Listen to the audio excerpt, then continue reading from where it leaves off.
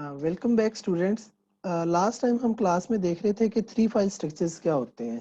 आज हम उसी की फर्दर एक्सटेंशन देखेंगे और कुछ चीज़ें हम इस तरह देखेंगे कि आपको लास्ट टाइम भी मैंने आपसे डिस्कस किया था कि हमारे पास 100 ऑफ द क्लासेस होती हैं।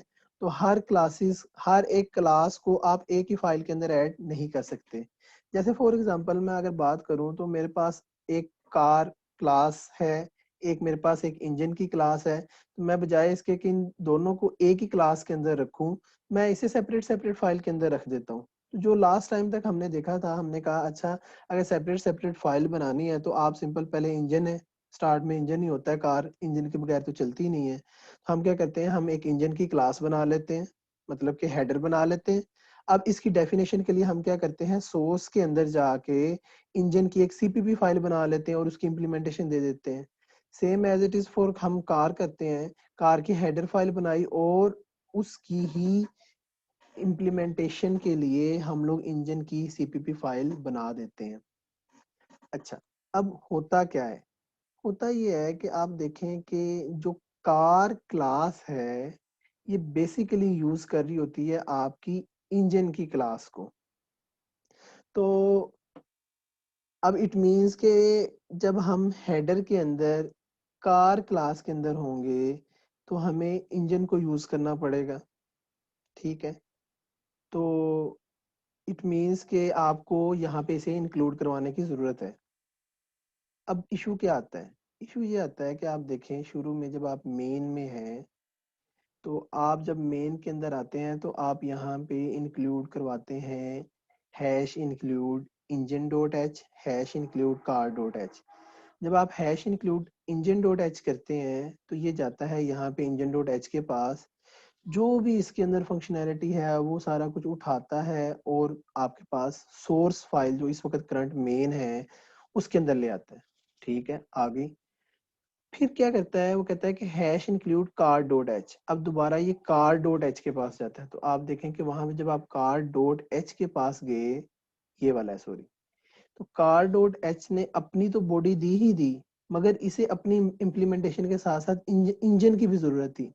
तो इट मीन्स के अब जो कार का हेडर है इसके पास इंजन का हेडर भी आ गया। मैंने कहा ठीक है, यहाँ पे डाल दिया, मगर ये एज अ होल जो है ये इंक्लूड हो रहा है आपकी सोर्स फाइल के अंदर। इट मीन्स कि यहाँ पे रिपीटिशन आ गई, मतलब पहले एक दफा इंजन नोट हेडर पहले भी इंक्लूड हो गया, अब कार की वजह से भी इंक्लूड हो गया।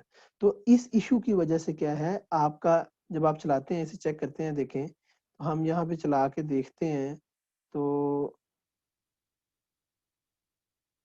वो देखें यहाँ पे बता रहा है there were build error, would you like to continue. Let's suppose कि मैं कह देता हूँ हाँ ठीक है, हमारा प्रोग्राम तो चल गया, मगर आप देखें इसके नीचे वाली साइड के ऊपर यहाँ पे लिखा हुआ है कि engine class type redefinition.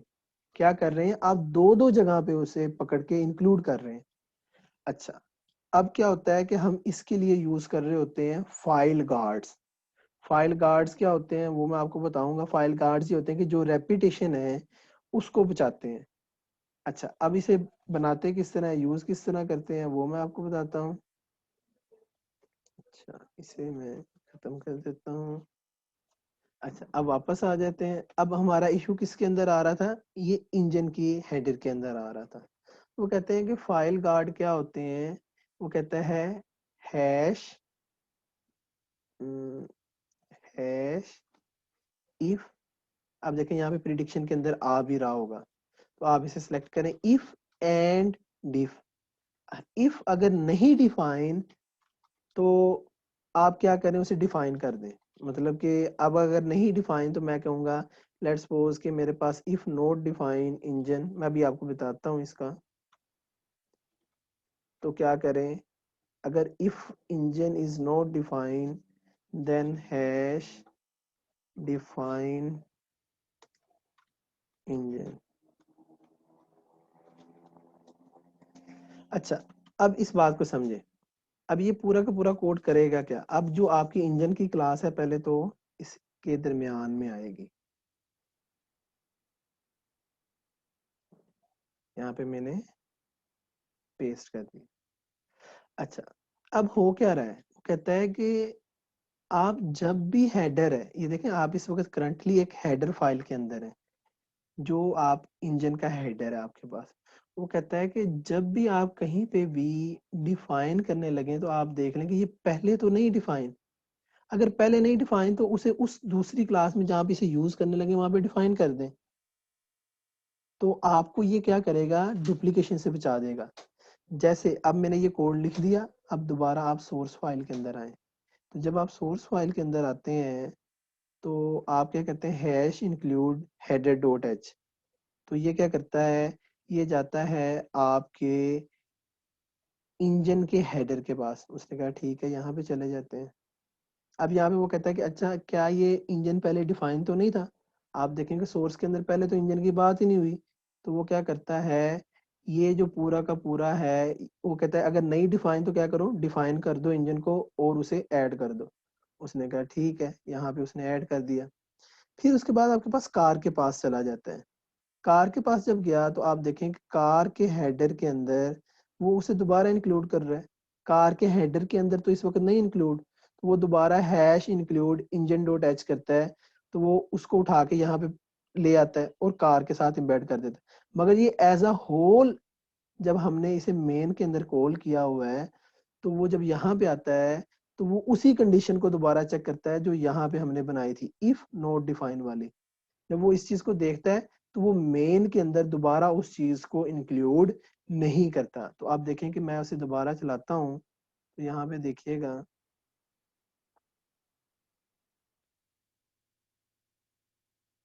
Sorry, यहाँ पे क्या एरर आ रहा है, एक मिनट, मैं मुझे लगता है मैंने सेव नहीं किया, या हम लोग, हाँ ठीक है, ये इंजन वाली क्लास में इफ किया हुआ है, ठीक है। अच्छा, यहाँ पे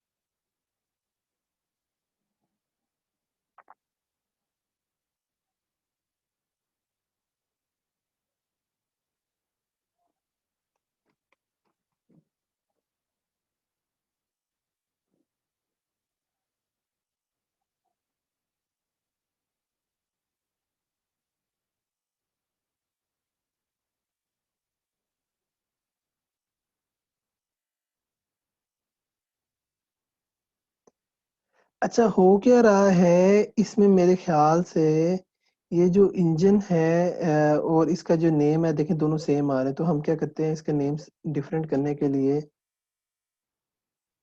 अलग कर देते हैं, ठीक है। तो अब ये आपके पास डिफरेंट कलर्स की वजह नजर भी आ रहा होगा। अब इसे दोबारा चला के देखते हैं।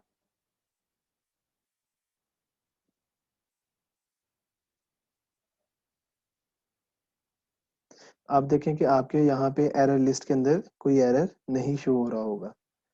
अच्छा, अब एक तरीकाकार तो ये है। अच्छा, अब हमने किया क्या, मैं आपको सिंपल ये बता देता हूँ कि जब भी हम लोगों ने हेडर फाइल बनानी है, हम लोगों ने हर हेडर फाइल के अंदर उसका नेम लाजमी लिखना है।